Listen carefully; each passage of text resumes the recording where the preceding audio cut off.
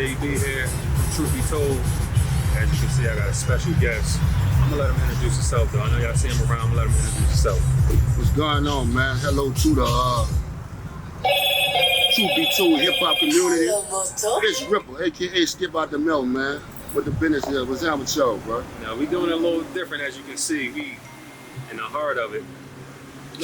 Where we at right now? We in the Melph project, bro. Uptown, third wall. You already know what it is, man. MLK. It's Martin Luther King and Liberty, man. That's where we at, live and direct. In the heart of it. Believe that. Y'all already know what it is, man. Y'all gonna hear a lot of background noises, but ain't nothing we can do. We That's here. What we at We with it, man. That's what we doing. So no Cox Cable, no Dish Network. Direct TV. Believe that. All right. So we're gonna get right to it though. You know, your name been buzzing a lot since you and Gangsta Squash the Beef. When you and Gangsta Squash the Beef, you picked up some other internet ops. Yeah. Unfortunately, yeah, it happens. We ain't doing no tripping, no. Right. But you know that internet op, he came out with some information about you. Yeah. That was some serious charges. I will say, you know, Gangsta, when you and Gangsta was going back and forth, he mentioned it. Right. But when the other internet op, he came with the facts. He posted pictures and mug shots and everything. It kind of hit different. I ain't gonna lie to you. Right. So I just wanted to address that. Live, you know, first thing first. Address the elephant in the room, man. Absolutely. I'm with it. What can you like? What was that about? You know, what can you speak on? I mean, well, like I said, man, in 2023, Gangsta addressed that and talked about that previously. So I mean, the ops call itself exposing it, but I'm like, in my mind, how can you expose something that everybody already knew about? Now, there may have been some people that didn't know, you know what I'm saying? But like I said, in 2023, Gangsta had already addressed that and put that out there already, man. But when it comes to that, man, that was something that occurred like in 2007 with a previous young lady I was dealing with in my past. I had dealt with her maybe 2 years or so. And we decided to go our separate ways, but she got upset about it. And she decided at one point or another that she wanted me to leave my girl and my family and be with her. And when I chose not to do that, she told me to jump up those charges. So I went to jail for it, and I sat in jail for it about 4 months. Actually, I had a conversation from jail when I was sitting those 4 months with her mother, and her mother told me that, don't worry about it, baby, you're gonna be all right. She gonna do the right thing. So she came down, she took care of the paperwork that needed to be taken care of, and I was released on it. Okay. I sat 4 months on it. I went in jail, I'm gonna say like around October of 07, and I was released on it like the first week of February in 08. Okay. Oh, see now in 08, at the end of 08, I went to jail in September of 08 for a bad robbery charge because I fit the description. Oh, okay. But the lady came to court and said I wasn't the person that robbed her. But while I was fighting that charge from 08 to 09, the district attorney at that time, Leon Canizero, threw that charge out and rebooked me on that exact same rape charge from 07 with the girl. So I sat on it from 2009 to 2010 before I eventually pleaded guilty to it. So what happened was they offered me 20 on it, then they offered me 10, then they offered me 8, then they offered me 6. Now we all know when them people got you right, they're gonna hit you with a charge and they're gonna offer time to you and it's gonna go up 10, 20, 30, and so on and so forth. The charge that I pled guilty to, which was forcible rape, doesn't even carry 6 years, bro. Forcible rape? Yeah, forcible rape and kidnapping.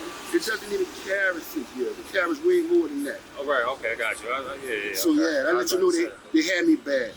But which the judge let me know that, you know, you got a 50-50 chance of beating it in trial, but because of your criminal history, if you get found guilty on it, I ain't got no choice but to give you 30 or 40 years or more. So the judge allowed me to sit down and speak with my family, bro. It took me about 4 hours, maybe like 4 hours. And he had like 12, 13 people come into court, family members and friends, and they convinced me to take the 6 years because I wanted to go to trial and fight it. Okay. So my mother with tears in her eyes said, bro, I want to see you again. I don't want to see you 40, 50 years from now because I'm not going to be here to see you. You need to go in on and just take the 6 years and get it over with. So after speaking with her, my kids, their mother, my family, my aunts and uncles and so forth that was in court, I decided to take the 6 years and get it over with, bro. Okay, so out of them 6 years, you served the whole 6. I served the whole 6. So how did that, like, how did you feel though being locked down on that bad charge? Oh, I felt bad every day. Every day I was thought you about treated it. like any different for being in? Were you treated any different for being in on that particular charge? Not at all. That's normally what happens, but I ain't get that because at the end of the day, everybody knew when I caught that charge that was a bad charge. And why I wasn't really burnt up or crazy about it because the city actually stood up for me. Okay. You know what I'm saying? People that knew me as a person, genuinely, they stood up for me. You know what I'm saying? They knew like what type of person I am, and it was like, man, Rip caught a bad charge. When people started seeing it and reading about it in the paper and all of that, Rip caught a bad one, you know what I'm saying? Somebody hit him with a bad charge. So I wasn't really like majorly upset that as I should have been, but I was upset about it, period, but it's not like that. Did you ever speak with the person after the fact, or you just let it go? I let it go. I mean, eventually I ran into him, and they ran into me, and we made eye contact, but we didn't say nothing to one another. We went our separate ways, and we left it like that. Okay, I mean, to have that charge on you, because you grew up with a reputation of being like a ladies' man. Absolutely. That's why the city knew it was a bad lick. Right. Because I never had to do that. I never had to take anything from anybody. You know what I'm saying? So I never had to do that. It was always women around me and wanting to mess with me and deal with me because I was that type of guy. I was known for taking care of the women that I deal with. And I believe at one point in time you had 3 girlfriends living with you? All at the same time. You cold. So I mean, it just happened to go like that. It wasn't nothing I was planning.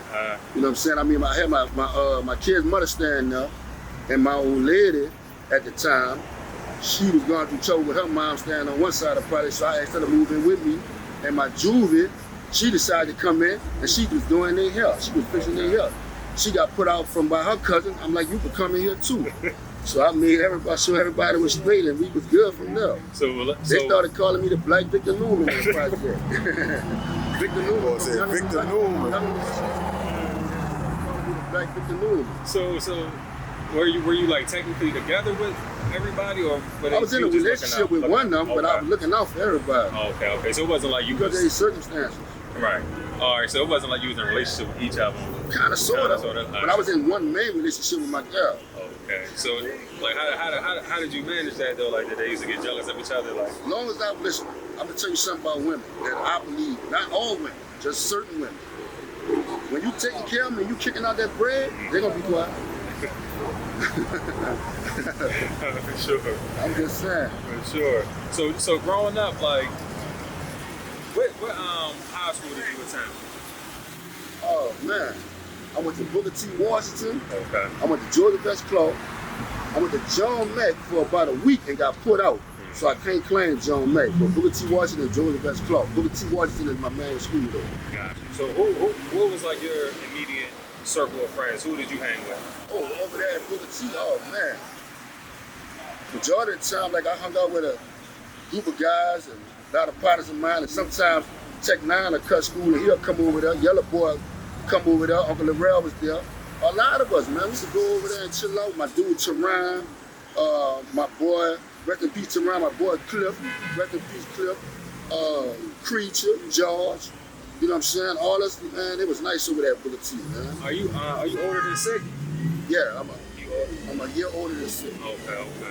And was y'all real close growing up? Yeah, absolutely. Y'all was so close in age.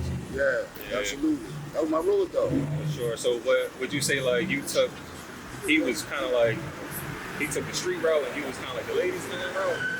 I started off being a ladies man before I really hit them streets. Gotcha. You know what I'm saying? Sid come and hit the streets after me, but I started off being a ladies man before I went to them streets heavy. You know what I'm saying? There was a club right down the street from the Melph. Everybody knew. If you don't know, it was called Club Detour. That basically was the Melph Club. But everybody came to it from everywhere. From Uptown to downtown New Orleans, East, West Bank, everybody came to the Detour. If you came to that Detour on the weekend, you're going to see Skip and Sick. Gotcha. So what was it that like made you from like a ladies man to just jumping into the streets? The money. The money. And it was so attractive to me seeing everybody doing what they're doing. And me seeing that the women were reacting to those dudes that were swagged out, kept themselves together, had enough bread, and was doing anything. So it made it my business to go get an outfit every weekend. Every weekend we go out to the mall and go get right so we can go to the detour. Gotcha. Yeah. So when you jump into the streets, though, it's like a whole different animal. Right. What did you run into any issues jumping into the streets? Absolutely, jumping into the streets. Before you answer that, my bad. Who were some of the people that you looked up to before you even jumped into the streets? There was a lot of them, though, bro. Man, Glenn Metz was one of them. The people that I heard about and saw a few times doing this thing, swagged out. There was a guy by the name of Pee Wee of the Cali U, Dion. See, a lot of those dudes, I saw them doing their thing, man. Made me do my thing. Well, I'm gonna say Adam and Dion. You know what I'm saying? With some of the guys that I saw that was doing their thing back here in the Melph and made us want to go out there and do our thing. They kind of influenced us, you know what I'm saying? So that made us want to go get that money too, because they was getting money. We seen them getting money in cars. That made us want to go do the same thing. So Dion, I'm glad you mentioned him. That's a name that I hear a lot covering New Orleans, especially from the Melph. How would you describe who Dion was? Enforcer. Okay. Enforcer. Money maker. He didn't play. He loved his hood. He was one of those dudes that straight up and down. You can't play no games with him or try to pull a wool over his eyes. He wasn't having it. He wasn't going for it. Gotcha. Straight shooter. Gotcha. So before we even dive into all that, what did it look like before they tore the buildings down? Like, how was this laid out over here? Oh man, the brick buildings. Yeah, the bricks and all that. Yeah, you had 4 buildings, What man. side we on? We on Martin Luther King. Yeah, we on Martin Luther King side of the project. Uh-huh. We on Martin Luther King and Liberty right now, and they go from Martin Luther King and Liberty all the way to Martin Luther King and Robinson. We're gonna make our way down there, you know what I'm saying? Then you had that's the core wing. You got another building, and you got the driveway. Gotcha. Once you got the driveway, because they had a group of guys out there built the driveway for us. Sick was a part of that. The driveway was. Then you go into another building, and then there's the middle court. You know what I'm saying? You got the middle court. So when you got the middle court, you had a lot of the young guys in the middle court hustling. You know what I'm saying? That's where a lot of the younger guys migrated at. That's called Struggle City. You hear me? Now you get to the other building, which was my building. That's on the Rad. You know what I'm saying? You go to the Rad. That's our driveway, and the other side, the back side, so that's 1, 2, 3, 4, 5 buildings. On the back side is Glady, and that's the graveyard. Yeah. So I take that's Martin where Luther King with the wild side. Got you. So I take it to graveyard. That's where it went down. At. That's where you actually, where they coked that. Oh, got you. So it went down on the wild side right here on Martin Luther King side. And then, would you say they ran or they ran through Struggle City in the middle court, and they made it to my side where the graveyard was at. Because that's one thing I noticed, you got Cali, front of town, back of town, old side, new side, Magnolia, so you got wild side, and graveyard, and Struggle City. So Struggle City is where they come up, that's where you go to like... They struggled through Struggle City in the middle. Oh, that's why. Graveyard's on the back side. It's funny, but it ain't. What's up, cuz? But that's real, though. Come on, man, dab me off, man. Don't leave me hanging. Come holler at me, cuz. It's love over here, baby. We live right now. Yeah, we live right now, man. You already know what it is. I got you, bro.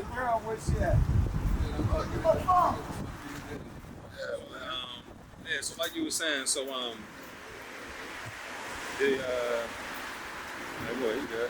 So what's up, cuz?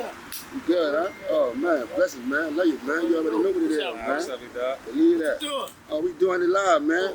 You already know. So before I cut you off, when you jumped into the streets, what are some things that you ran into? First of all, getting robbed. Learning the streets, but I got robbed, first of all. Because I'm young, I'm green, kind of naive, not listening to what the other guys and the older guys are telling me that been through it before me. And I kind of had to experience some stuff through my own. You know how they say a hard head make a soft ass? Well, that's what I went through. And they were telling me be careful and watch my surroundings. I wasn't doing that. I was just being hard-headed, ripping and running and wilding and doing what I wanted to do until the guy caught me in the middle court. Struggle City, right there, and jacked me, and we fought for the gun, and that's the first time I got shot. I'm gonna have to bring you through that and show you that. Damn, okay, so how did that situation play out?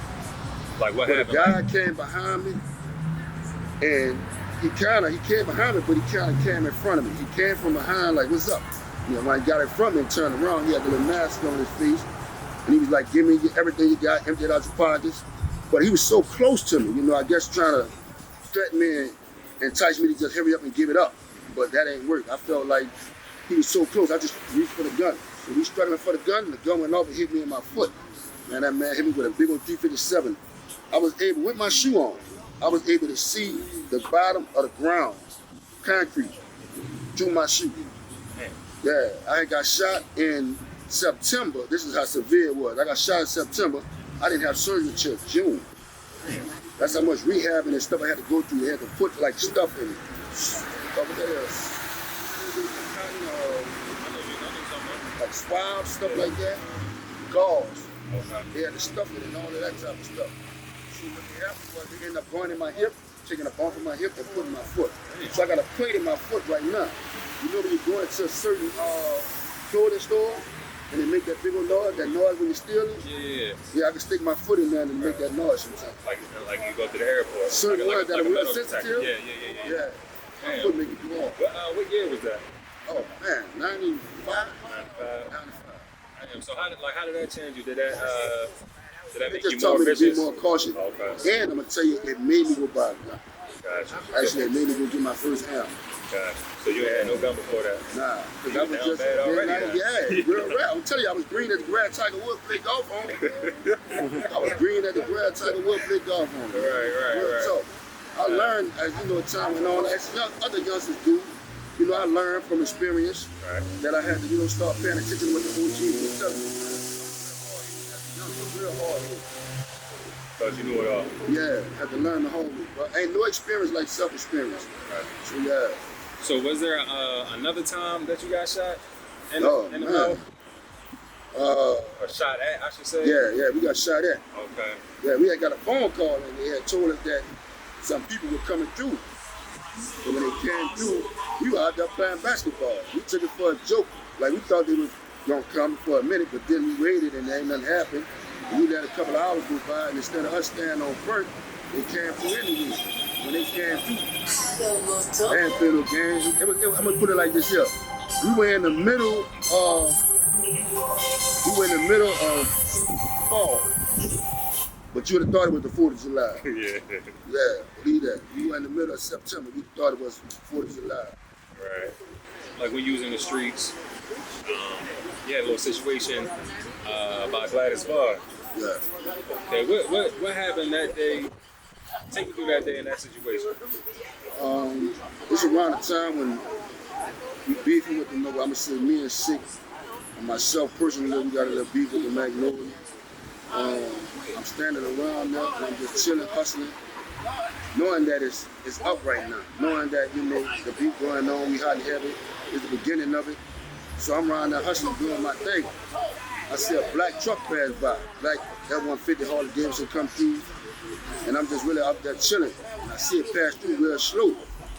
So I see it slide, that photo jump with the big back on it, big flat bed, and it went through. So one of the youngers that was out there was like, Ripper, man, well, he actually said, Skip, you see that truck? I'm like, yeah, I see it. You have to get, I know where it is. I'm like, I don't know where it is. He's like, all right, don't worry about it. So we continued doing our thing. So somebody came through and I was doing a transaction. When I was doing a transaction, put my head down, the person was walking off, and I see the truck coming again. Now, I had to already put my hammer on the tie. It's on the coat, but it's on the tie. So I'm standing there doing my thing, and this time when it came through, it was just sliding through like it was about to go by fast. But it stopped, and when it stopped, people raised up in the back of it. And when they raised up, I was just off guard. And I just absorbed a couple of shots, and I hit the ground. When I hit the ground, I'm looking up, and I can see the bullets hitting the wall where I was standing at. I know if I get up, I'm gonna get shot, so I gotta stay on the ground. So I kind of crawled with my shoulders and moved back and got to the car, reached for the hammer. My mind frame is shoot their feet. So as I'm shooting at their feet, I end up hitting the tire. They had to drop down out the truck. It was coming to stand over. I hit that tire, and it exploded like boom. That spooked them. That made them jump back in the truck, and they ended up pulling off. Yeah, so I got hit with like 3 different bullets. When I got to the hospital, they pulled 3 different bullets out of me. Oh, you got hit that time? Yeah, 357, 44, and a 9.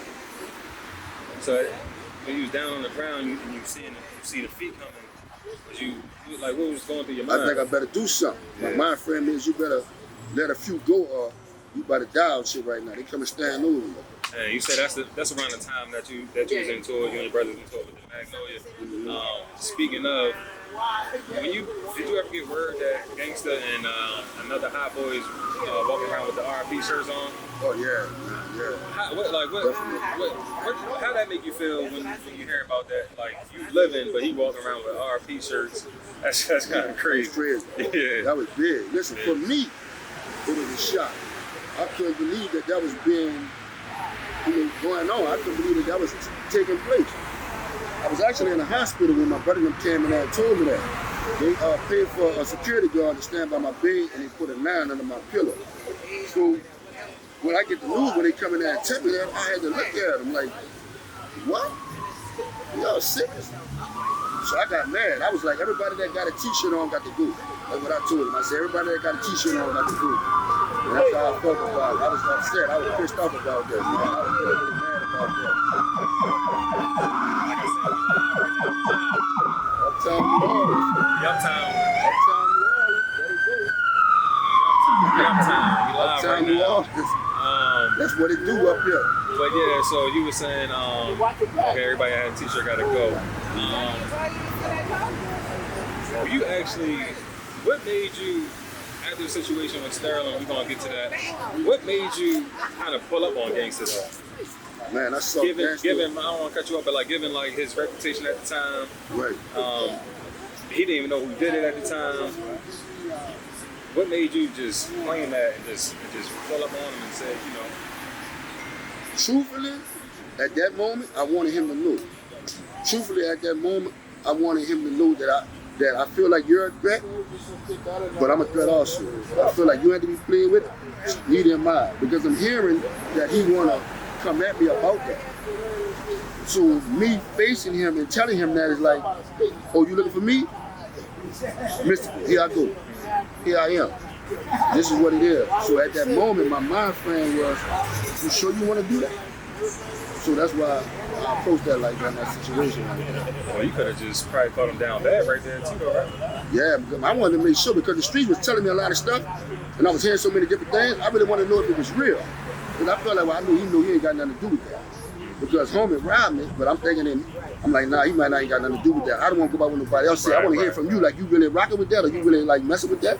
Okay, so now I know what it is now. Now I know it's up with me and you. So I had to know that. I had to make sure I just couldn't go on what nobody say.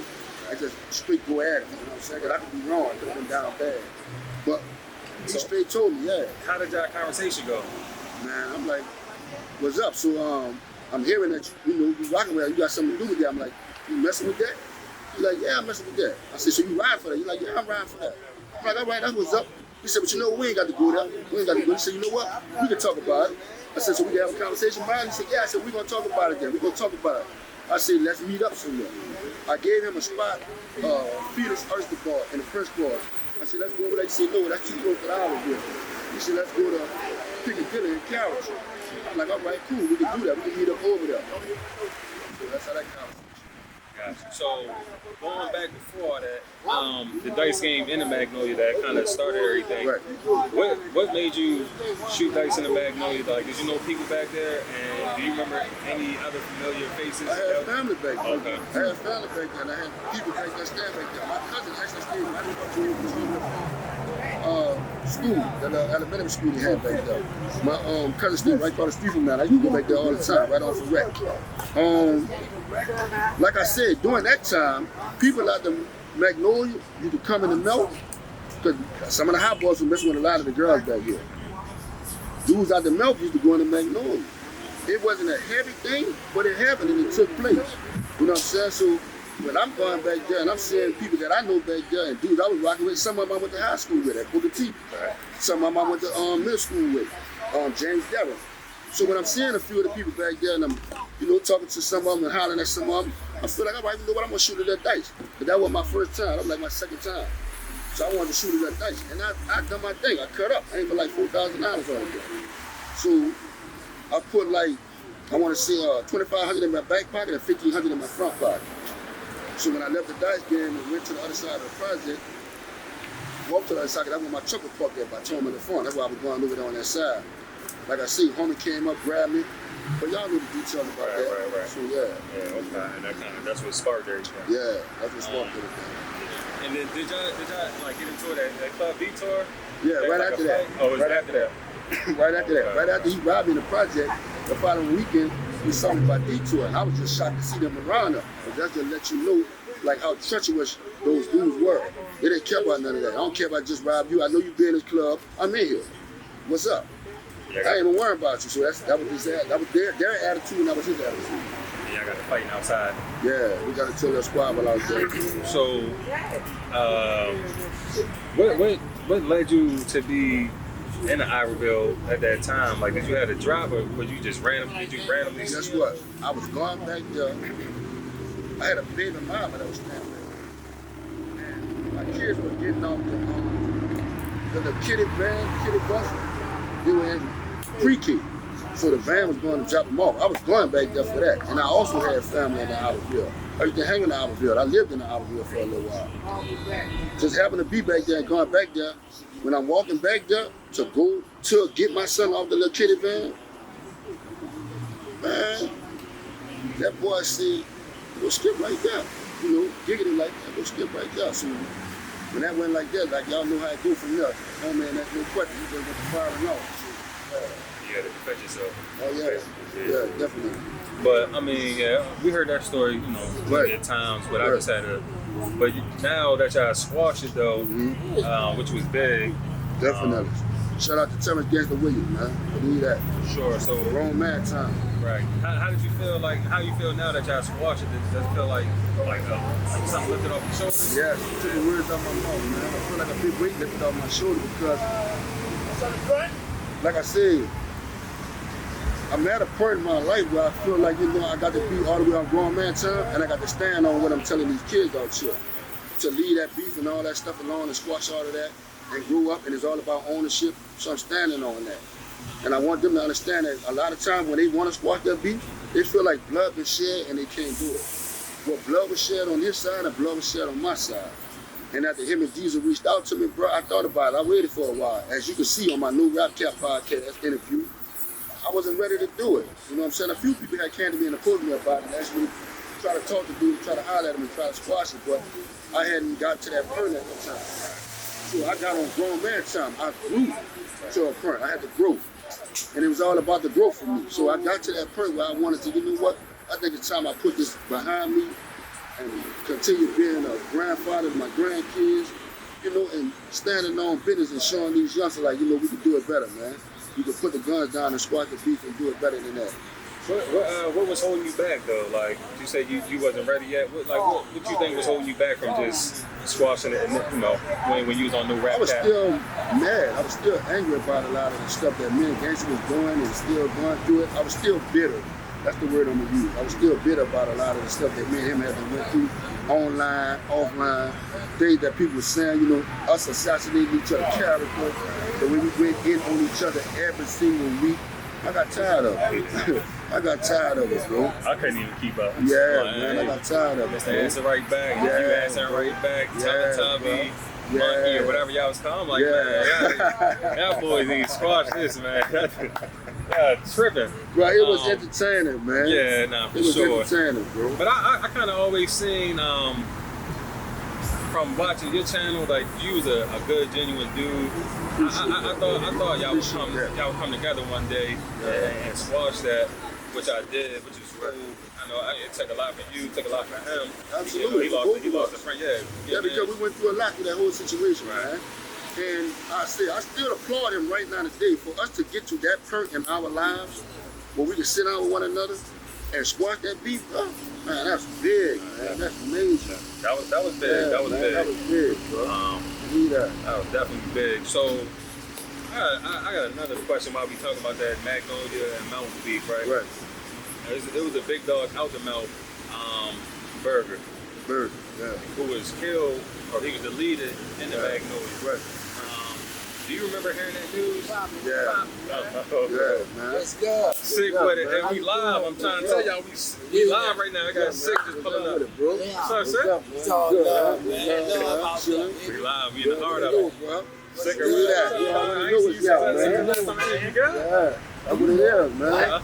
Great, man. That was up, I ain't man. never good. I'm great. Who used to win in the fight back in the day when y'all used to fight? Who used to win in the fight? They used to say, you know what? To be honest, we used to go at it. Ain't no winner, no winner. Oh, We just okay. banging it out. That's it, bro. Okay. Bang out. That's it. Ain't no winner. We just Believe bang it that. out. Dab it out. Believe that. And that was Hey, that. back brother. Dab it. Back love. That's how it's supposed to be. Oh, yeah. Believe that. man. That's how it's supposed to be. Believe that, bro. You gonna hang around? Cause we about to move around. Yeah, we going to Y'all a little spot y'all like that. We walk going around? up, we going down there, and then we going back around up. Believe that. Believe that. I got y'all covered, you heard? Yeah, I appreciate that. I got y'all covered. So, All those around, I got y'all covered. Believe that. no doubt. No That doubt, mouth in no the doubt. building. Believe Believe that. that. That's what it is, man. Live and direct. Yeah, Yeah, direct, man. live, bro. Yeah, that's what it is. So yeah, so Get y'all do y'all thing, man. All right, man. so we around. About to go on to the state. All right. So yeah, so like I said, we live, y'all. So so do you remember hearing that news about Burger being deleted? Yeah, man. I was in the project when I got that news. And, bro, I ain't gonna lie to you. When you heard that, it hit hard as soon as you heard it. Because that was one of the fellas that was a dude that was really a genuine dude that looked out for everybody, man. He dealt a lot with the kids. He would get the kids money. You know what I'm saying? He might go to the casino or go to the gambling shack and hit for $20,000. He gonna come through and give away $5,000 to the kids and everybody in the community. What's up, family? What's up? I got you. Yeah, man. It's love, man. Melph's in the Melph, huh? Alright, Definitely that. Definitely that, man. the Melph's in the Melph. Definitely that, man. I ain't mad at it. Yeah, man. That boy would come through and bless the hood, man. All day, every day. He stayed doing that. So when you heard the news, I know that was one thing, but the severity of it, or like, you know, how they say how gruesome it was, how did that make you feel? Worse than what I felt when I heard it because, bruh, at least 20 or 25 cars pulled out from back here and went to the Magnolia once the news came through. Because we were all on Martin Luther King side of the project. And from Martin Luther King side to Climate side of the project, everybody got in cars and peeled out and went back there to see if it was true or whether there was any truth to it or see, you know, what it was. So when they got back there, nothing but screaming and hollering and crying and tears being shed. So was there any static before that? Like as far as like, did that come from like left field or was it like? Yeah, kind of, sort of from left field, but that's what I said. That brings me back to when I was saying about they had guys out the Magnolia coming in the Melph and they had guys out the Melph going in Magnolia. You know, and Burger was one of those dudes that went also in the Magnolia. Now, I've been telling people like, we used to go back there a little bit, but not heavy. You know what I'm saying? But it happened. So some people might have been like, well, what he was doing in the Magnolia? Whatever. Right. You know what I'm saying? That's how that went. So that was kind of like that kind of what started everything, I guess. Like Yeah, on a now that different started with just the Magnolia and the Melph having differences, period. Right. That started that. Right. You know what I'm saying? But the thing with me and Gangsta them, that was a whole different situation. Yeah. You know what I'm saying? Right. Yeah. So, what you know, somebody we always hear about. We'll get that bread from me out that truck. Get that bread from me. Yeah, I better know if I'm in Rep got shit in compliance over here. I'm looking at him, you hear me? It's love, man. Well, homie just pulled up. I'm in that PG made, man. We uptown right now. I think we hear a lot about which side or where he from in the Melph, Uncle Lorel. Uncle Lorel. Man, shout out Uncle Lorel, man. Yeah, is he from this side? He's from Martin Luther King side, man. He got a tatted on his muscle. Believe that. Yeah. That's my dog, my guy. Did y'all came out together? Yeah, man, listen, Lorel was a dude out here, man, was a force to be reckoned with. Lorel is what we call the Melph mean landlord. You know what I'm saying? He was a guy you didn't want to run into in jail. He's one of the ones you try to stay away from. In jail and on the street. He's stout, he's official. They like that.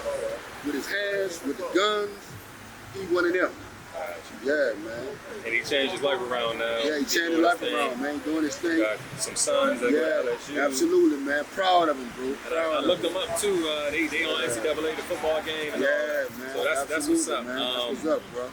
And another person, Tech 9, right? Tech 9. I know that's your homeboy. Straight from the ramp. Straight from the ramp. We're gonna go to the ramp too, so we're gonna let y'all see all that or We'll where take it y'all was. to where the ramp was at. Yeah.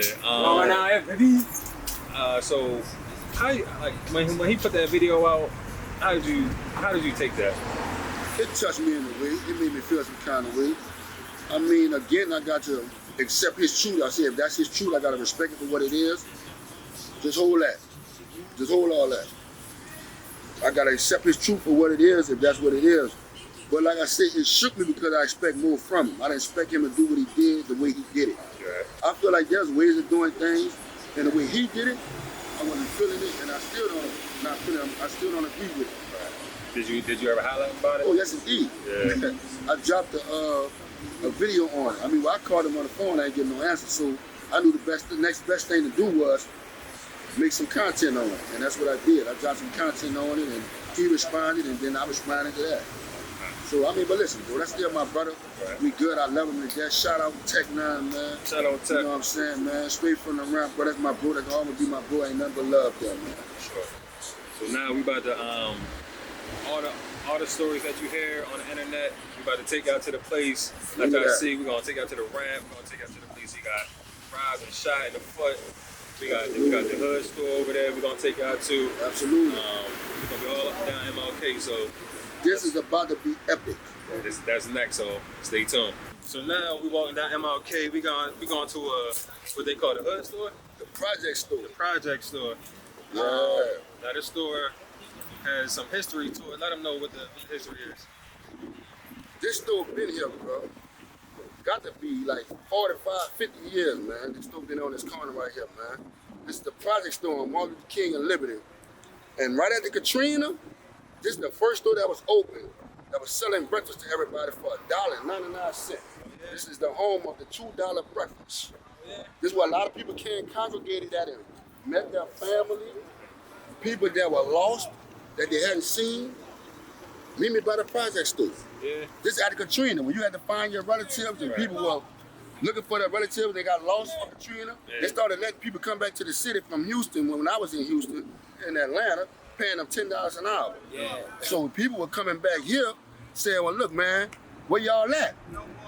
Everybody come and stop by the project store and get breakfast. Whatever job you were working, come by the project store and get breakfast. The $2 breakfast. Everything. Grits, eggs, You not been with biscuits, talking toast. about this shit, man. You know I'm All coming, that. man. Yeah, real shit, Melph boy. Yeah, I'm feeling nigga, man. Y'all been wanting to come right here. You been wanting to come right here. You got it now, though. You been wanting to come. Y'all been trying to stop us. Can't stop us. One of the buildings that I see right here that we've seen a lot in the video, Lil Wayne, Yeah. or any type of video. That building right there. That's the high rise. Okay. So is that like That's the Gus high rise. Okay. Is that like a part of the Melph? That's part of the Melph. That's considered part of the Melph. That's a monumental building right there. Yeah, nah. I've seen Because a lot of people went into that building when Hurricane Katrina hit. Yeah. A lot of people went into that building. Some people stayed, some people came out, you know what I'm saying? But that was a place that people went at. What's up, fam? Okay. You had a lot of elderly people living in that building. Yeah. You know what I'm saying? But some people just went to the top of it. And some people actually survived Katrina by going into that building. Sure. That's the Gus High Rise. We call it the old folks home. Old folks home. Yeah. Okay, gotcha. Like I said, you see that building a lot in video. Lil Wayne. Yeah, Lil Wayne. Neck of the Woods. Neck of the Woods. Neck of the Woods. Yeah, it's a couple of videos. But yeah, so we're gonna go over to the store that we was talking about. Yeah, project store. And you said after Katrina, they came here to kind of like Congregate here, trying to find their family, relatives. And they had the $1.99 breakfast. $1.99 breakfast, man. Home of the $2 breakfast. So People would come out here to work and run into their family members. Right. I can remember us coming, we were all working on the riverfront, unloading the boats. Yeah. And we come out here and ended up running into one of our cousins. He was out here working and helping another company do the roofing and stuff. So we're coming up on the 20th anniversary of Katrina. Yeah. Do you remember when it hit? Yeah, when it hit, I was incarcerated. Okay. I almost died for Katrina. Okay, that's my next question. Yeah, I was in jail. Wait. Like, how did they act when y'all was in jail? Did they leave y'all for dead? They left us for dead, and all these parish sheriff's officers came back and saved our lives, man. You hear me? I'm writing a book about that. I'm writing a book about that right now called Prisoner of Katrina. And it was 14 sheriff deputies, brother, that came back and saved our lives. Imagine you on a tier, a jail tier, and the floor is dry. But you see the small drains in the floor that are filling up with water, and the water turns into a puddle, and then now the whole floor is covered with water, and you're watching the water rise. Now the water coming out the toilets, the sinks, the showers, and you're watching that water rise higher and higher. Y'all screaming for help, ain't nobody there. Yeah, ain't nobody there. So they just left y'all abandoned. They left us abandoned there. 14 officers, sheriff deputies came back and saved our lives, man. They took some crowbars and some other stuff and got that door open because it was that pressure lock with that. Yeah. So they got it open and we watched that water rush out of there and go into the rest of the central lockup. Damn. Yeah, man, that was a scary situation. All right, well, before we get back, we're going to get back on that Katrina too. Since, you know, like I said, it's the 20th anniversary. We're going to walk into the store, show y'all what it look like on the inside. Absolutely. Thank you, man. Appreciate you. Appreciate you. The project's cool, man. I've been here for, gotta be at least 45, 50 years, man. It's a landmark. It's a landmark in the Melph area. Yeah, the project store been around all my life. All your life, huh? Since 93. You already know. That's what I'm talking about. That's what I'm trying to tell you. Let them know now. That's what it is. It is a project school, man. You come back here, bro. You come back here, get cupcakes and stuff. Sandwich, meat specials. Everybody came got their breakfast from right here, man. Everybody. Everybody, how you doing, man? How you doing, man? You all right, huh? You high five, man. Good seeing you, man. You been all right, huh? Yeah, it's a blessing, man. Now, who are you? I'm Ripple. Skip out the milk. Oh, you're Ripple? Yeah, how you been? That's why you have to be so happy. All right, now. You have a blessed one here. Okay, you too. All right, sweetheart. Yeah. And be safe. Oh, yeah, you too. Yeah, man. Stay blessed. That's what it is, man. So now we're going to slide down the other side now. Yeah, man. That's our end on that side. That's the real end. Yeah. This is just the pregame right here. Right, brother. Got you, bro. All right, bro. All right, bro. My bad. You been on steel? No, we about to go down there now. Man, they had so much happen down here on this end, man. Just this whole strip, Martin Luther King. Matter of fact, last week somebody just got killed right in front of that store right we just came about. Yeah, right there? Yeah, same store. Last week somebody got killed right in front of us. Shot in the face about 8 times. Damn. Yeah, real talk. Hey, I don't do no cabbage, you know that? That shit no joke. Shit real out here, boy. The whole thing about out here is we come out here to show love to try to keep the people together that's out here because these are people we move with. All our life, everything we got it from these uproad kids out here. Yeah, man. So we stay behind. So even though we ain't in the streets no more, we still pay homage to the streets. We still pay our respect to the streets because the streets is what made us who we is. We wouldn't be here right now if it wasn't for this.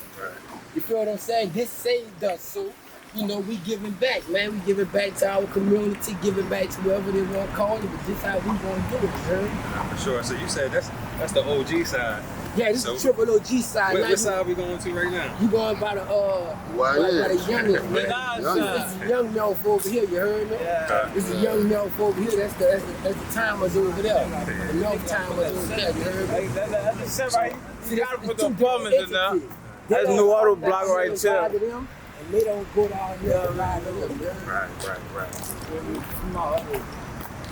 But it's all love though, everybody family. We give things out here like barbecues and stuff. Everybody come together to hold in Blackwater. So is this like the main strip right here? Yeah, this been there, this the main strip. What's up, Key, baby? What's up, love? You already know. I'm read that. It's love. I'm coming through. Look, after I go down here, I'm gonna come through and come holler. All right? All you gotta do is stay right there. I'm coming there. All right? Where where exactly was did you take the picture with Tech and y'all was on the ramp? I'm gonna bring you over. I'm gonna bring you over there in a few minutes and show you exactly where we was at. That's in the project where the ramp was at. Cause we going to my address. We going to 2329 Rally. That's off the muscle. We going there for sure. Yeah.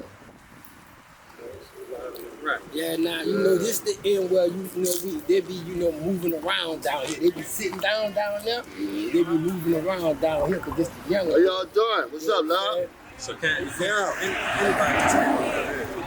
I said anybody. Yeah, I gotta bring all that down. I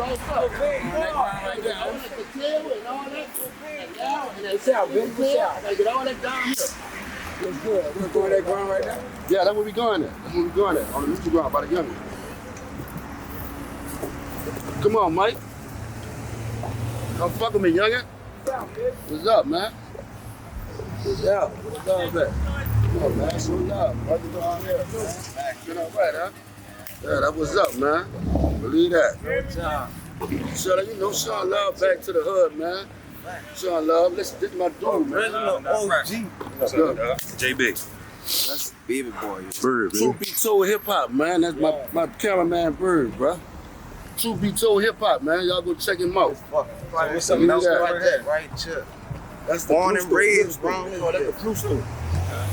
Yeah. That's a store that was, it opened a little while after Katrina, like maybe 2 years. But that's still one of the stores out the hood that everybody used to be hitting sometimes. Gotcha. Yeah. All right. Superdome right there too, huh? Oh yeah. We did all that from the Melph. Nice little view. The shot of Superdome. View Superdome. So how many blocks does it stretch right at The Melph? Yeah. 1, 2, 3 blocks. So before this was all set up, how did it look like? Because from what I seen, It was all videos, brick. Yeah, you all couldn't brick. see through here like now. Gotcha. You couldn't even see straight through Driveways here. wasn't right here. Driveway was in the middle of the Right project. there, all the way down. All the They way had down. cuts through the hallway you can go through. Yeah. A lot of people, their blood been in the cuts, you heard? Yeah. So they got a lot of people blood in these houses right here. That's why we still talk about it. Stop leaving blood here, man. Never leave here, man. That's why our blood was shed at, man. That's why our spirits at, man. Did y'all feel like a little piece of y'all left when they tore the brick down? Absolutely. Absolutely. Man, we stood up before they tore them down. We Yeah. was bucking that. People had got in front of the tractors and Jumping in front of the bulldozers. bulldozers, They got in front of the bulldozers and all that. So what was it? 3 buildings you said, right? Nah, 5. 5. 1, 2, 3, Okay, 4, and they 5. just went straight 5 down. buildings straight across like this. All right, 5 buildings. When they took the Wow. buildings away from here, they took the soul away from here. You know what I'm saying? Even though that looked better, all that looked good, they took the soul out our community, you heard me? With them bricks, because that's where we grew up in, the bricks. You got some of these people, you go knock on their door, and they got a brick, an actual Yeah, brick. yeah. From the Everybody hood. came down with the brick before they took it down. They took it down, everybody grabbed the bricks out the pile. So back then, like, did y'all have, was there any like internal beefs in the Melph? Like, Sometimes it wasn't not really too major. Small stuff that we couldn't get it through among ourselves. Right. Conversation of big dog stepping in and squashing it before it get too far. Gotcha. Sometimes you might get somebody off Martin Luther King that'll get into it with somebody off Clark. You might get somebody out the middle court that might get into it with somebody off Martin Luther King. Right. It happens, you know what I'm saying? Right. But it wasn't no separation though. Nah. Gotcha. We came down until we all came together. Now you might get a $1,000 basketball game where you got Martin Luther King versus Clio. Yeah. You might get All football games. Yeah. It was that court right there. You asked who back? That court down there. Yeah, we go play basketball on that court down there. And we had the another- court on the back. Then they had one on the Glady boys. Yeah. Glady boy put up their own basketball goals like Clio did. The Clio guys would buy their own basketball goals. Yeah. Okay. Yeah.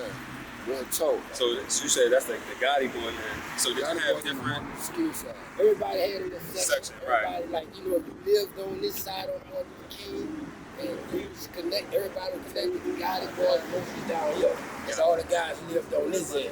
And then we go down here, on the other end of MLK, you still got other guys down there though. They wasn't connected with the guys down here. Right. Then you go in the driveway, you got the driveway boy. all us connected, but it's just different branches in the project. Then you got CL10 over there. You know what I'm saying? Then you still got E-Radical. You know? That's how we do it. So where was Club Detour? Club Detour up the street. On Martin Luther King. Right across the street from the park. Oh, y'all used to walk down there. Yeah. Walk to our club. That was y'all club. 2 blocks.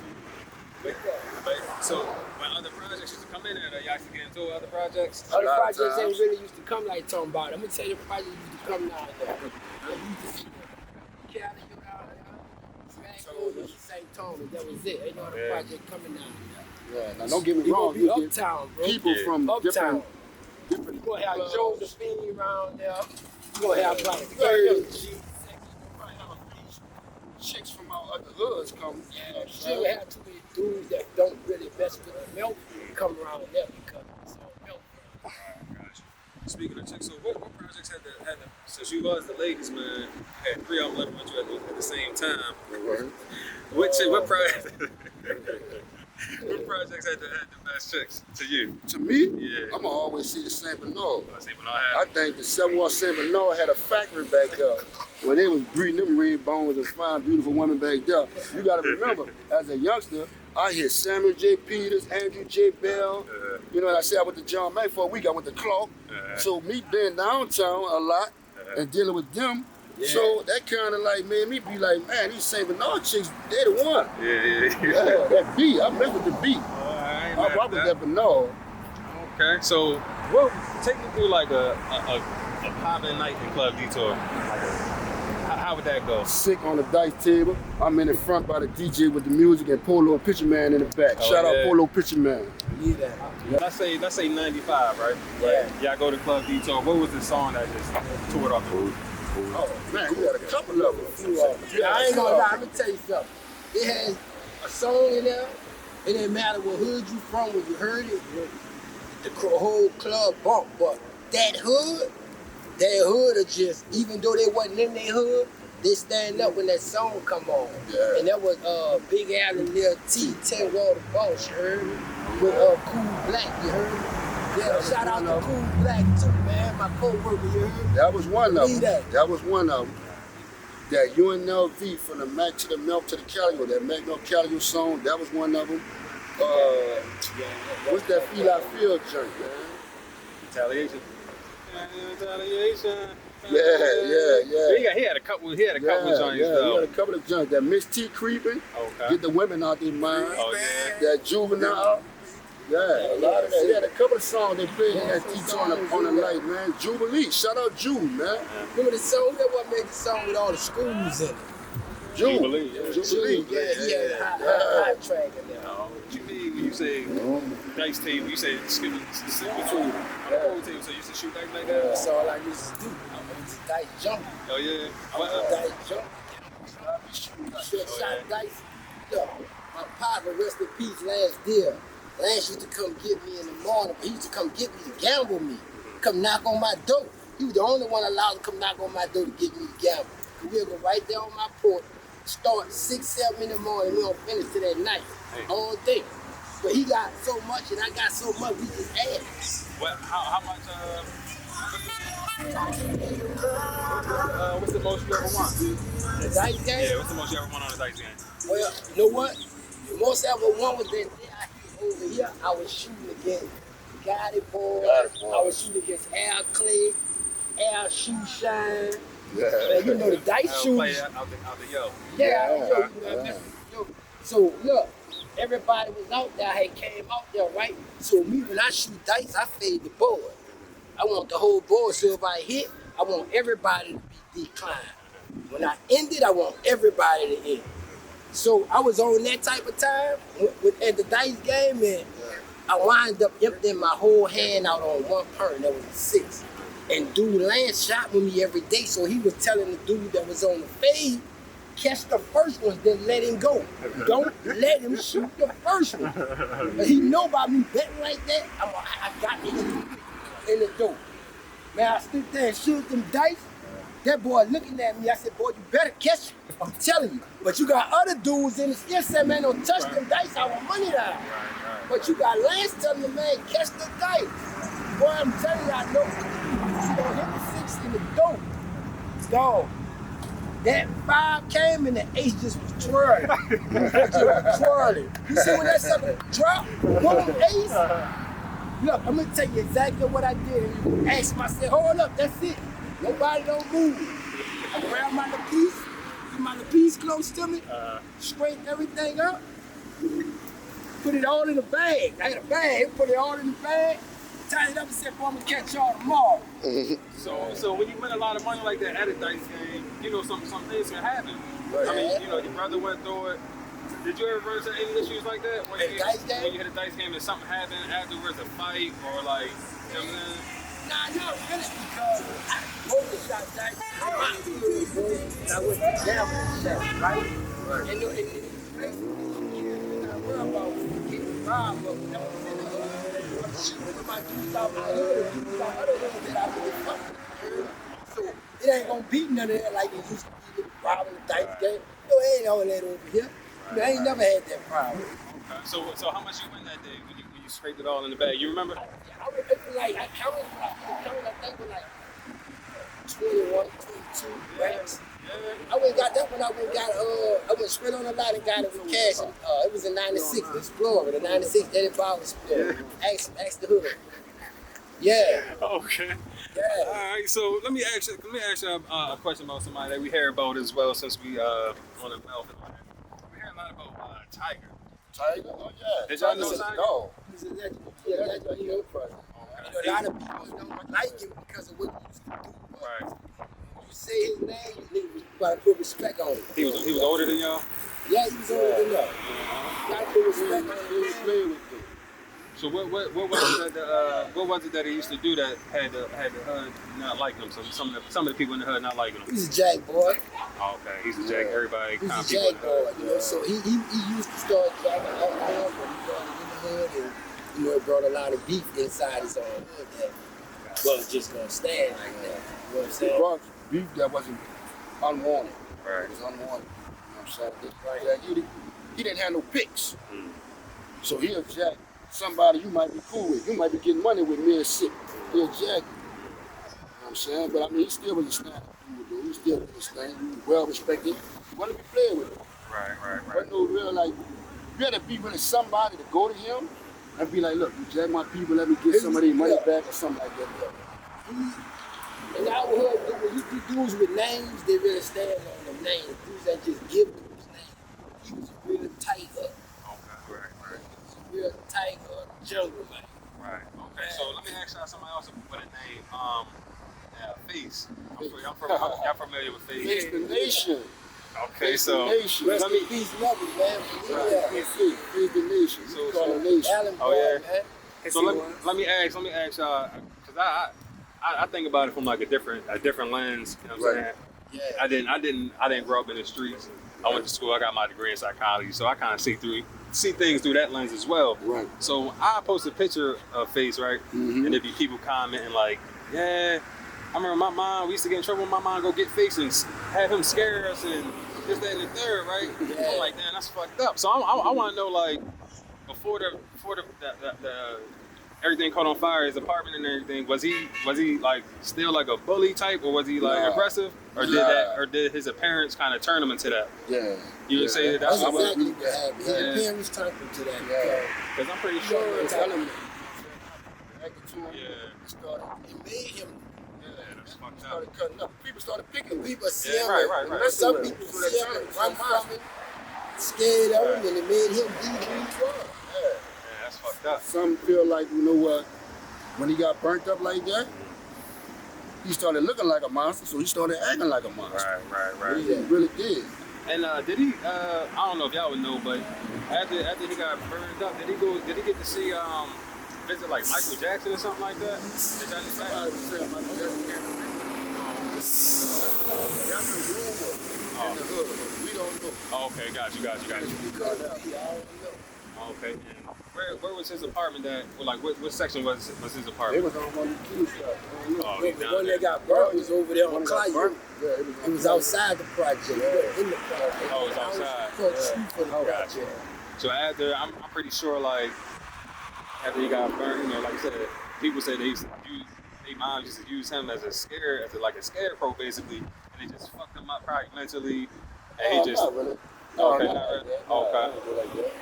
And was his hand burnt off too or something like that? Everything Called was him burnt, up. whole Yeah. body. His fingers was like that. He had no long The top part of his face was gone. All Yeah, that was yeah. gone. He had none. And he used to put in work like that. Yeah. Yeah. He put in work like that. He used to fight people like, he hit you with one of them suckers? Yeah. He gonna swell up. Yeah. Yeah. Called him a pretty boy. You remember Face? My daddy's name was Blue. Okay. So Blue stayed on Liberty. Yeah. We live, y'all. We live. His name was, my dad's name was Blue. He came in college. He stayed on Liberty across from the funeral home. Right. Right? Dad used to always talk about feet. Yeah. Always talk about feet. He was a pretty boy. Yeah. And when he came, after that, he got burned, and then he became really feet. Because now they never see his son. His son was just like, for real. Yeah, absolutely. I appreciate All that. day. Appreciate that history. Yeah. Well, okay, yeah. So, yeah, that's some people that we hear about out there, Melph. We appreciate that insight. So, which one you want to slide in there? We got to slide through the milk right now. We're going to put all this over there, and when we come back, we're going to finish up over here. Got you. All right. Keith, what's up, Keith? What's going on, fam? What's going on, fam? Real milk girl All right the now. time. What's up, True. man? Real love, Real baby. milk, man. Real love. Real milk right there, All the bro. time. My girl Keith, man. Real milk, man. What's up, everybody? What's up? That's that real Third milk wall, right there, Uptown, man. Melph for me, for sure. Believe that. No plane. Born and And raised. down with the skipper river. Born and raised. Born That's and family raised. right there. That's it, beat. I take this shit back deep. My family is what it is, huh, Skip? Yeah, that's my people, man. That's Hey. family right there, bro. She been in the milk like me all our life, Since bro. 1976. Come on, man. Hey, I was out when the big Yeah, ones bro. was playing on the Real field, talk. River? See, she been there through Hey. it all. Adam, She been Dion, there. Coochie. All They that. heard of them gangsters. Yeah, That we was just the talking real about gangsters. Dion. We just talking about I didn't know that. Yeah, man. It's love, man. Love, baby. All the time, I love man. you, big Bless dog. you. Believe that. Don't forget, we got the drive. We got the school drive Saturday, right? I'll be down there. By the park. 3 All o'clock. right. All right. The boy down there. All right. I love y'all. Love you too, man. It's love. Always on the can. All y'all love. We live in the Melph, y'all. I'm gonna keep saying it. Y'all see the hood love, Rip getting a lot of love out here. It's Now, love, we didn't bro. even catch half of it on camera. Believe that. I'll tell you that right The now. camera's turned up a lot of times. Every time we turn the camera off, is two more It's people steady running coming. up. It's steady coming, bro. But that shows that you really appeal in the community, though. Yeah, man. We been like that, though, man. Yeah, I learned from guys that came before me, man. I always give back to the hood. right. I got the school drive coming this Saturday, August 16th, man, at 3 o'clock. We're going to be giving out backpacks and school supplies, ink pens, pencils, all of that stuff. Everything that they need, man. We're going to be giving it out. Just So, where we at right now? Would this be considered struggle? What you call it? this Struggle? tell you right, too. We about to hit Struggle City. Struggle City. Yeah. Okay, this You know, Martin Luther King side was Vietnam, the Right. war side. Right. This Struggle City right here, this would be the middle court. From Delia to Errata. This Delia Street, the next street we're going to hit is Errata. So before they tore it down, we can only get through there Through the this ramp. courtway, through the ramp. Through the ramp. Through the ramp. Yeah. You walk, there's a ramp that connects the courtways. Everybody be outside. Right. Yeah. Yeah, that's one thing. This little court here, there used to be a courtway right here. And this courtway is where a lot of the younger guys used to come hustle at. Because you on Martin Luther King side, Claudia's side, you got majority of the old heads and older guys. And sometimes they would let the ones that's like 25, 26 get with them. But see those little boys that's like 15, 16, 17, they coming in the middle court, which is also Struggle City, what they call it. Because you get shot on Martin Luther King, you gotta come through Struggle City to get the Claudio, that's graveyard side. I'm laughing, but I said it before. It ain't funny. I'm laughing. It ain't funny. Real Damn. so. You Man, get shot, can't you do be nothing running but through. laugh. Yeah. Hey, you struggle right here. You get by the time you get over there, it's over with. It's over with. So, Yeah, bro. That shot always tried White to chalk. Claudio was a safety zone. Somebody would let you in the house. oh yeah, that's Yeah. King ain't nobody opening their door. Nobody. gotcha. Nobody. Mm-mm. So you get shot, just try to run down here, Gotta get on some the other side of the assistance. project. Yeah, that's the only way you're gonna get some assistance. So this side was kind of like the slower side. Yeah, it's more peaceful. Yeah. It was more laid back and more chill on Claudio's side. Okay. You're gonna get into a fight shootout on Martin Luther King side. It was more wild, more chaotic. That's why they call it Vietnam War side. So right now it's Saturday. What time? Probably 4 o'clock. Back in, let's say 94, 95, 96, what would that strip look like right now, Saturday, 4 o'clock? Lit. Lit. It'd be lit, man. DJ out there. Oh, yeah. Yeah, man, it'd be lit, man. Is that where they used to have the DJs over there? A lot of times, yeah, Martin King. Over here on Errata right here by Pink's right here. I was right down here on the corner. Yeah, a lot of DJs down there. Yeah, how about Neck of the Woods video? Where was you running? Yeah, on right Errata. here. It's Errata right here. This is our street. That ramp was about right there. Okay. The Coldway right So the ramp was right there for... Right, the ramp was right here. So we had a ramp right next to our booth. See, listen, this is 2400 block, right? So hold on, so this is the ramp for... This 2400, our side is 323. Yeah. So we on 2300 side. 2329 and Errata, our portion would be like right there. The ramp would be right here. Okay. The ramp would be right here. Is that You have another ramp down there. That's where they shot the Neck of the Woods? The Neck of the Woods and the one where he was on the ramp. Oh, both with of them. Tech 9. That's the same ramp. Right here is where that legendary Ramp. that legendary ramp Tech 9 picture that had Rip in it. Yeah. And also Neck of the Woods video that was featured Sick with the he was like the main character running through the project. Right, the ramp is right here before they tore it down. So that's a little piece of Melph history right there. And as you can see, like I said, that building right there, the high rise, is a building that we all seen. If you're not from New Orleans, like I'm not from New Orleans, any video or pictures, anything, you always that's a building that you would know where you at. If you're from out of town, like if I was to drive around now, I'm like, all right, shit, I'm in the Melph because I know that building from all the pictures and videos. You know what I'm saying? All that's his story, bro. Oh yeah. The ramps, everything. That's why he was so upset when they tore it down. Nah, for sure. But this is where it went down. That, like I said, the Neck of the Woods and the picture. And I want him to speak on it when you get back. But On what? Tech having it, he said that gun that Tech had was his gun. It was. Yeah. Okay. Yeah, for the photo shoot. So when you was running around, did you spend a lot of time on Vietnam side or Struggle City? Or? I live on Errata, right? But me, I used to hang everywhere. I used to hang on Fire, my dudes Curl and Suge and Dyson and Trace and them over here. I used to hang on Martin Luther King with the Glady boys. I used to hang on Martin Luther King on the first end with Oreo and Easy and Face and Uncle Larell and them. I used to be in the middle coast hanging with Weedy and Poogie and and I was on Clio hanging with Redhead and Sip and Kerry and Tony and all that. You was all over the place. I was everywhere, babe. So That's something we did. We migrated back and forth. For sure. So what side was Lil Diesel from? Shout out Lil Diesel. Oh, shout out Lil Diesel. That's my dog. I almost forgot. What side Diesel was on Martin Luther King side. Okay, That's where he hustled at and done a lot of his doing it. But he still come on Clio whenever he want. Yeah. He migrated back and forth too. But his main thing was on his main spot where he chillin', made his money. That was on Martin Luther King. Still, he one of those dudes. Diesel one of those dudes, bro. He's very adamant about how he used to hustle and how he was as a person. Him being a go-getter, he gonna dress. No matter what he gonna do, he gonna dress. He gonna make sure he's swagged out. Yeah, he gonna come with it. Him and his brother that passed away, they gonna come together. Yeah. When they show up with the Phoenix Suns jersey on, man, them boys cut up. So who? Cause they said Diesel had like a lot of women. Yeah. Who would you say in their prime had more? You or Diesel? Oh man, I think it'd be me, bro. I think it'd be me, bro. You know what Of course.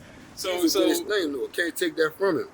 let me ask this too, because every time I post Diesel, and if I ever interview Diesel, I ask him, did y'all used to think that he looked like Tupac when he was little? Did anybody, y'all used to say that? No. Because every time I post him like a throwback, they be like, I thought that was Tupac. I thought that was Tupac. I can kind of see it, but like I was wondering if y'all back in the day, did anybody ever say that? Nah. There's somebody in the pocket in the hood, though. Okay. That was me. Oh yeah? Yeah, and I always worked Oh, hard. yeah. Facts. And I was wild. I was thugging like Papa stuff. Yeah. Yeah, with a rag and everything. Oh yeah. Yeah. like he was like a major artist in New Orleans as far as somebody that y'all like outside of like I came to Club Escape in New Orleans. That's in 2007. Nah, he was dead in 96. Man, that was 96, man. That Yeah, man 96. came down to the Escape, man. 96, I'm tripping. I know 96 and 97. I know it was one of them. Came down So- to the Escape under the bridge, lit it up. Yeah, he can't lit it Took up, bro. out. He lit it up. Yeah, he did his bro. thing, man. I know I wasn't tripping. And you walked off. We was talking about how Tech had that The chopper. the chop and Mine. that was yours. how did that conversation go? Like did he ask or did you No, he was recommend just standing there and he was taking pictures because they wanted him to take a couple of shots for the photo, for the album. So he was just standing there, but he didn't have nothing in his hand. Mm-hmm. And I said, man, you got to get something in your hand. You got to get something in your hand. Like, you ain't got nothing in your hand, you just pose it and take a picture, you need something in your hand. He like, what you think? I said, hold up, I'll be right back. So I went ran and got the chopper and gave it to him, and I came back, Bird and them standing them, they looking like Slim, like, you know, but Slim kind of gave us the green light. And was like, all right, y'all can use this, take the clip out of it. You know what I'm saying? So we took the clip out of it, and I handed it to Tech, and famous picture. Yeah, I kind of photograph now. Definitely. So let me ask while I got both of y'all. Your brother, because you just brought up Cash Baby Slim, your brother was running with Cash Money at a point in time. How did that make you feel? And I'm gonna ask you after that, how did y'all come to that? Because you know your brother had some history, or you know, I'm pretty sure both of y'all had history. They had history with people on the other side. Yeah. So how did you feel when you got word or seen that he was running with Cash Money? And how did you end up getting to that position of running with Cash Money? I'm gonna let Rick go first. All right, I was in jail. When I was in jail and I got the information that he had done linked up with Birdman and them and was going on tour with him and all of that type of stuff. So I called out here and I asked him, are you sure you good with that? Like, you straight? And he telling me, man, yes indeed, I'm super straight. Like, I'm like, you sure they ain't trying to play no games or show love like that? Just to try to, you know, put us in a bad spot? He like, man, no indeed, no. I'm telling you, I'm telling you, when you come out here, you straight, you good, this is what we doing. Like, all that's over with, all that's dead, all that's gone. I'm like, I gotta see it to myself, I gotta see it to believe it. So he kind of like, you know, made me feel at ease about it. I still kind of was skeptical, but he still put me at ease about it. So, going to you, Sick, what was the initial conversation that you had with somebody on that side? Who was it that you talked to and how that conversation go as far as you going on tour with them or just being around Cash Money, Magnolia, period? Well, the first initial conversation came with me and Terrence Williams, who was in the House of Detention. This was in 96 too. Both of us was locked up on some heavy charges. So I went to the cell blocks that put me on the floor that he was on, but he was on the Fed side, I was on the cell block side. And they had a security guard in there from Uptown that knew both of us. So he was like on some squashing this shit, trying to talk to him, trying to come talk to me. And my little big homie out the Ville, Big Jap. Jap was really the one orchestrating the whole thing, you heard me? So the deputy let me out my cell. I went walk around there on the Fed side, went over there, I'm like standing right in front of the cell. He was laying down, he seen me and he hopped up like, what's happening? I'm like, what's up? He like, man, he was telling me about some shit with him, whoever, you feel what I'm saying? And he was like, man, they ain't trying to even mess with none of that no more when I get out. I'm on some other shit, you heard me? I was like, you know what? I ain't even tripping, bro. I ain't doing no tripping. You gonna leave that alone, we gonna leave that alone. I ain't tripping. You know what I'm saying? So, now, my thing was this. I knew the history of the Melph and the Magnolia, right? And I knew that there was a lot of bloodshed between the two, right? So my thing was, my purpose was, I always wanted to see the Melph, Mac, and Calio come together, right? But I know for that to happen, they gotta be the heads of the Melph, the heads of the Magnolia, and the heads of the Calio, because I knew once the heads agree, everything else gonna follow, you heard me? Facts. So once I got with Birdman, I'm like, shit, you know what? I'm about to do it, because I know I'm a head in the Melph. So I'm like, I gotta get somebody out the Calio. But I'm knowing what the Calio Magnolia got going on, you feel what I'm saying? So I can't, that was a real sensitive situation, so I really just can't implode on that like I want to. So I fell back, and I just let, you know, I'm gonna let it take its place, because I know we gonna bump into him. And one night we gave a party at the casino on Canal Street at Harry. We gave a party, and we walking down Canal to the party. We running to see Murder in the Cali unit. It was deep. We was deep. It's like the Melph and the Magnolia and the Cali unit. But the Melph and the Magnolia had to come together to get their numbers. I ain't gonna lie, them boys was deep, you heard me? So it's C Murder and all the steppers out the the top dog. It's Birdman and all the steppers out the Noya and the Melph. You know what I'm saying? So them boys bumped heads out there on Canal and they chopped it up, right? And after they finished chopping it up, Murder started walking with us towards the casino to come to Birdman the birthday thing, you heard? So man, we went and fuck with them boys at the casino that night, did our thing, man, and that really like was the closest we ever came to some Melph Man Cali shit, you heard me? That was the closest we ever got to it, but you know.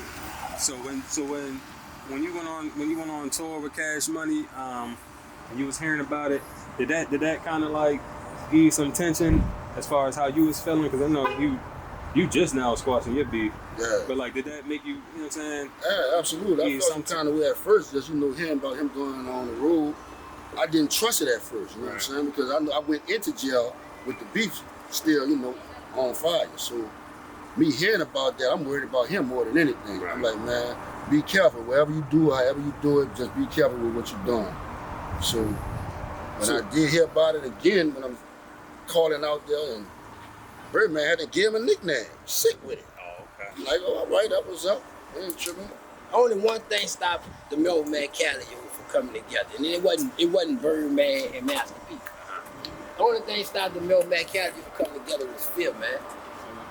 Fear stopped the Melph Man Cali from coming together, and that's all facts. It was fear, man. Fear of what's gonna happen if they ever do come together. Right. You know what I'm saying? So I think it was a force, an invisible force, making sure that don't happen. Now we on Saratoga and Rattle. Famous name from this block. Well, you see Williams' brother Way. Oh yeah. Baby Slim. Also got Lack, D-Boy Lack, his brother Bryce. Oh, yeah. That's where they from. Right over there, if y'all can see it in the cut. There's some people out there, so we ain't want to just have the camera all out. Yeah. But we just coming over here kind of to show where he already shared the story where Rip got shot and was on. They tried to stand over him, but this is where the exact spot where it went down. So Absolutely. right here. So dude, you said he was. Go ahead. I'll let you know. I'm right here conducting a transaction. So the person came from this direction, so I hit him with the transaction, we do our thing or whatever. He walk off. I see the truck coming. As I see the truck coming, sure, now this is the second time it's passing it, and it already passed again. It already passed one time. This is the second time it's passing again. As I conduct the transaction, I see the truck moving again. It's coming back this way. This time they kind of put up a little speed like they about to keep going, but that was a stunt play. They stopped right here, and you see 3 individuals raised up in the back. So I'm shocked. I kind of dip right here, and the bullet's gonna hit me. I hit the ground. So when they raise up, they start firing out. They get up. They raise up and start firing at me. And you right here. I'm right here. They right there. They right there. Yeah. On the opposite side of this building. So let me ask before you continue, like, would you be considered out of bounds? Because I know the Melph is no, right there, a block away. Right, but like, you're not in the Melph. So Right. would you think you hustling over here was being quote unquote out of bounds? Kind of, sort of. Not so much so, because I know the people and the individuals that was around here, like Lack, his brother Bryce, and all of those guys. Shout out to them. Shout out to Lack. Shout out to D-Boy Lack. Shout out to Bryce. I know them guys from around here. Gotcha. So they wasn't tripping off me coming around here making a few dollars, you know what I'm saying? Gotcha. We used to migrate from the Melph over here sometime. Like say slow up over there, and you might want to kind of make your way around into another area. So this is one of the areas that I used to come migrate in. Gotcha. And some kind of way they figured that out, or somebody told them about it, they got the drop on it. They come through here. Now, like I said, I had my gun sitting on a tire like this. I had my gun sitting on a tire right here. There's another vehicle right here. Matter of fact, a Cadillac. One of those old Cadillac sedan Villes. Got my tires, my gun sitting on a tire. So when they raise up and hit me and I hit the ground, I'm laying down now, looking at them getting out the truck. When they get out the truck, they still firing. I'm looking at the bullets. They hitting all this shit. Oh, okay. Bullets hitting from here to here, hitting all that because they don't want me to get up. You laying facing this way. I'm laying down under this. Oh, okay, like that. I'm looking over here, and I know if I raise up, because I hear gunshots and I hear the wall being tore up, the house being tore up, bullets hitting all that. I know if I raise up, I'm going, I'm done. So what I reach and do, I reach over here, kind of grab my gun, because I was on my back, and I kind of like raised up a little bit, grabbed it, and I started shooting back under the car. You just see your feet and just shooting. Yeah, shooting at the feet. The bullet hit the tire that they was in, on the truck that they was in. They jumped back in the truck, pulled off. So that kind of saved my life. So you actually got hit. Where did you get hit that time? I didn't get it. All this. Damn. And 3 times you said? 3 times, 3 different bullets. 3 different guns. Because when I raised up to shoot, and I froze for a second, but when I hit a gunfire, I took the shots and I hit the ground. I took the impact and that made me just get on the ground. So, did you ever hear like where it came from? Allegedly, it was the Magnolia. Okay. Allegedly. And do you think that was for retaliation? Yeah, what happened in our field. Okay, got you. Yeah, definitely. Okay, so yeah, this is that area, man. This is the area where it went down. Yeah, bro. You know, God spared him. He's still here with us today. Absolutely, thank you, Lord. Sure. So, I mean, you had to think fast too. Yeah, definitely. Because if I'd have stayed down there, they wouldn't have tried to move or do anything. They was coming around. Right. They was coming around and staying over. Obviously, that was the thing to do. Yeah, that was the thing to do back then. Close the casket. Yeah, closed casket. That's what everybody was doing at that time. That was real popular. Yeah. There was a couple of episodes that happened through that whole ordeal that I could have been out of here and I'm still here. At any point, did you feel like you wanted to squash it? Because it maybe like... too much? Yeah, like... Absolutely. Yeah. Absolutely. Back then? Yeah. Yeah, absolutely.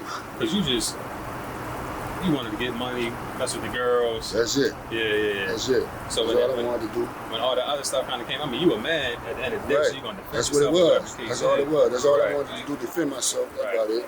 But like, at the end of the day, you just want to get money and stay out of the way. Yeah, that's it. I take a real man, you know, because a lot of these people out here, they be warriors. Like, war ain't over till we all dead and all that shit. So, that's I'm too humble for that, man. I gotta been through so much in my life.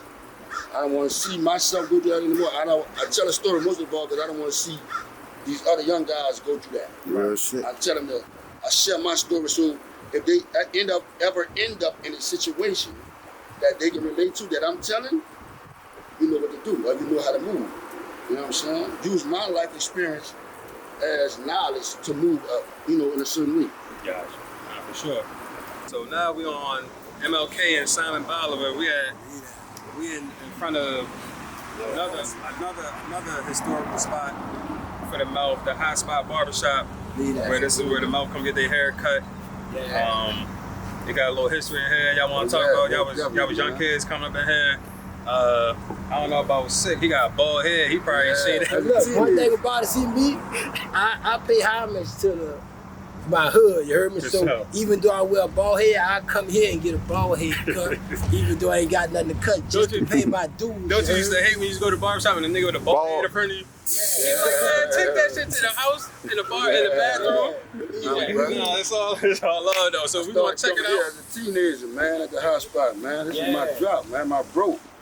My bro. And I see it, no smoking, no cursing. It's a Christian barbershop. Absolutely. They stand on that. They stand on that. That's respect. And now they got the big paddle in there for the kids. Oh yeah. Yeah, they got the big paddle in there. Or the corporal punishment paddle. Yeah. Kids start cursing in there. Now this ain't Hollywood. This ain't like that barbershop y'all see on TV. This is real hood barbershop. You heard me? Believe that. Yeah, man, you already know, man. World famous Hot Spot Barbershop. Been here for years. This the owner right here. The ladder, pretty poppy. You hear me? Big ladder. Got this thing started, man. Right here, man. Big owner, man. Believe that. Believe that. Hot Spot Barbershop, man. Listen, this is my guy. Truth be told. Truth be told. You hear me? Instagram, man. YouTube. You know what I'm saying? We're gonna shoot over here. Holler at my dogs over here, man. My guy Moan, One of the top dogs at the hot spot barbershop. You know what I'm saying? It's good. My dog, my bro, Cherry D. Yeah, we are Melph, boy. Believe that. Clio, you already know CL10. That's truth be told. You heard me, JB. You know what I'm saying? Doing it like that, man. You come and really give me that history on the hot spot. You come here and give us some history on the hot spot because it's a good spot. Yeah. Look, man.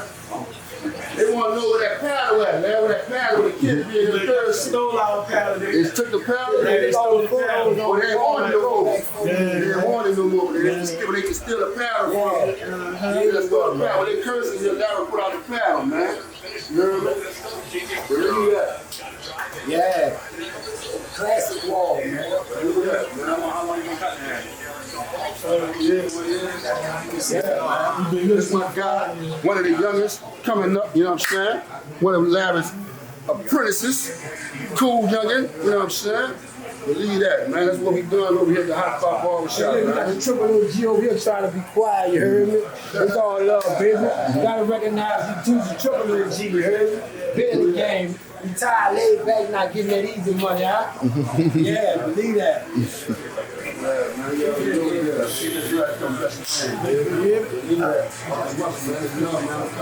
You already know. Hot spot, man. He open, man. Y'all come see him, man. I tell you the Cool, baby. See that? Still boogie. We about to go back on Martin Luther on the other side where the youngest at. Yeah, man. Love the hot spot, bro. all it does, man. All it does, man. So what did this barbershop mean to you growing up? Like you said, they had the paddle in there. They enforce the rules, no cussing. And I'm pretty sure as y'all get older, I say y'all as the whole Melph, y'all respect that too. Yeah, we respect our elders, period. Yeah. So what's some things that you learned just as a youngin' coming in this barbershop? To respect our elders mostly, and respect each other. Coming in this barbershop, you learn that a lot of barbershop, they ain't gonna tell you nothing about that. You know what I'm saying? It's a Christian barbershop, but Larry is the owner of the Hot Spot Barbershop. So him along with his partner Ramon and Ray, a lot of these guys, man, that come through here, they played football for Larry. But Larry was also a coach with the North football leagues and stuff like that, and the pump ball and stuff. So you need to come to this barbershop, you gonna make sure, Larry gonna make sure that you do your homework. You gonna make sure we get in contact with your parents. If you got anything that's going on with you, anything bad, anything, when you tripping anything, and your parents can't meet the needs of it, Larry gonna help them out. And that's where a lot of these communities these days is missing. Like we all grew up with that barber, It's always, it'd be like a barbershop. I had a barbershop like that too, back home in Maryland. My barber, same way, helped out, he coached.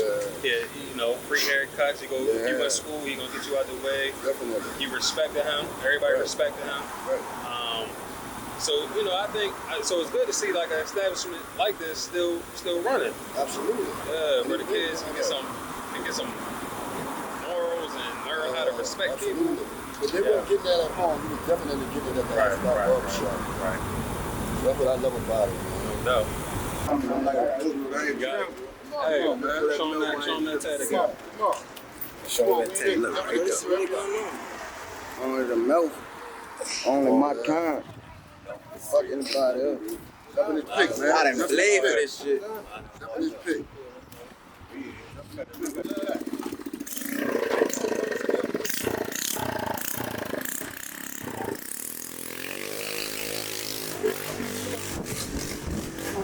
Love y'all for that, bro. Love y'all for that. Where home at? So I get with the. As y'all see, feet on land, truth be told, JD from Truth Be Told, got up with Rick, long overdue. Took y'all all up and through the Melph, barbershop, Project Store. I mean, In the hood, man. MLK. Authentic. To the ramp, where the ramp was, all that. So, yeah, have it, man. Hope y'all enjoyed. Shout out to Rep for doing this. Shout out to you, man. Appreciate that. I appreciate you, man. And y'all gonna see more. Y'all gonna see more of this too. Definitely that, man. Y'all gonna see more of this. Definitely, man. Y'all stay tuned. It's a beautiful tuned. thing, man. It's a beautiful thing. That nigga ain't never come out. I know.